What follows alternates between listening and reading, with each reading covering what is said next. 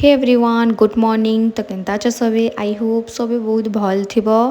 तो यहाँ मुझे मोर माँ घर जावा लगी रेडी होती तो रेडी वेडी हेली आ घर पहुँची गली तो मोर बहन मोर लगे गोटे बन चॉकलेट केक आने भी कटिंग चॉपिंग करुछे चाउमिन बनाबार लगी। तो एतकी थी मोर हमर बाबू पले मीन्स मोर दीदी रो बेटा तो बहुत बदमाश सी एथर तो तार संगे टिके हमें मजा मस्ती एंजॉय करलु। तो इवनिंग टाइम रे मुई पीली चाहा आउ टोस्ट खाइली आ हमें बाहरी गलु डायरेक्ट पार्क आमर सकरा रही एथर टिके भल से बनीचे खराब हो जाता पार्कटा पूरा।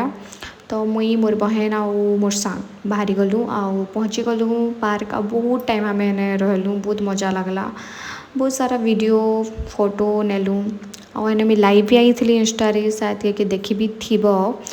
देन पार्क रू आमे गलु मोर दीदी घर जेनटा कि हेई सकराने अच्छे पाखे अच्छे तो हेने टिके रहलु गुपचुप फुपचुप खाइलु आउ फिर से बाहरी गलु हमें हमार घर। तो मोर वीडियो केनता लगला प्लीज़ कमेंट करिक बताबे जदि भल लगला बेले लाइक कमेंट शेयर करवा लगी नहीं भूलबे आ फॉलो करवा लगी भी। Bye bye.